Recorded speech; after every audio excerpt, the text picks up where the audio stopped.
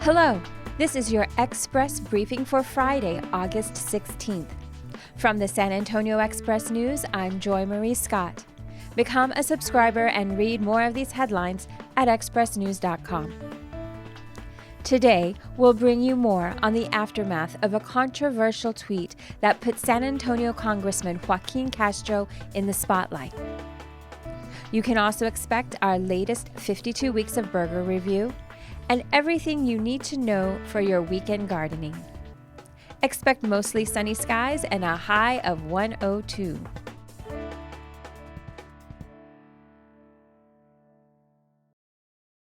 Starting September 16, the Guadalupe Blanco River Authority will drain its 4 remaining lakes on the Guadalupe. The GBRA says the decrepit condition of the spill gates in its 90-year-old dams pose an imminent danger to the public. The lakes and dams were originally used to produce electricity, but they became mostly recreational when the power generation ended. These now home fronts and vacation spots will be drained one by one, starting with Gonzales on the east and moving on to Meadow, Placid, and lastly McQueeney, which has a larger population. After announcing the then possible draining in July, the Association of Lakefront Residents received notification of the GBRA's final decision on Thursday. The authority is sending certified letters to area property owners.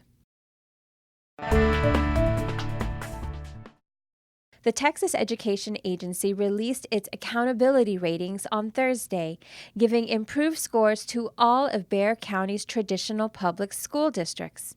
None of the county's districts received failing grades. Alamo Heights and the districts within San Antonio's military installations received A ratings. At the school level, 40 individual campuses earned Fs. San Antonio ISD improved its rating from a C in 2018 to a B this year. Education Commissioner Mike Morath and Lieutenant Governor Dan Patrick visited the district's Kate Schenck Elementary School and touted its success in going from a C in 2018 to an A. In the wake of the recent mass shootings, San Antonio Representative Roland Gutierrez on Thursday released a series of proposals aimed at curbing gun violence. His proposals include establishing a $10 million gun buyback program, mandatory background checks for private gun sales, and the creation of a task force focused on disrupting white supremacist networks, among other changes. Gutierrez is one of several Democrats who have called on Governor Greg Abbott to call a special legislative session to address gun violence. So far, Abbott is planning a series of roundtable discussions.